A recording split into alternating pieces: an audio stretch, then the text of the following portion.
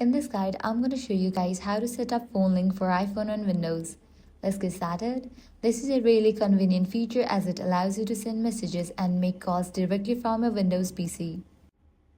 Click on the search icon in your Windows screen and type in phone link.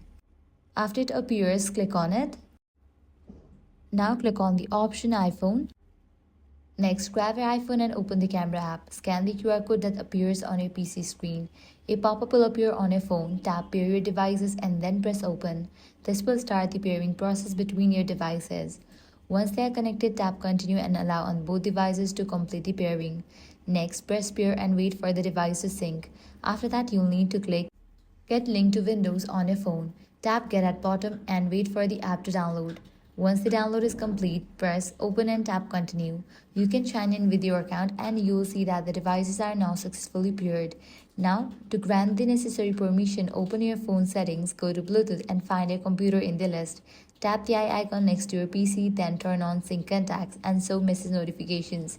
Finally, press refresh at the top of the screen and that's it. Your iPhone is now linked to your Windows PC and you can easily send messages and make calls directly from your PC.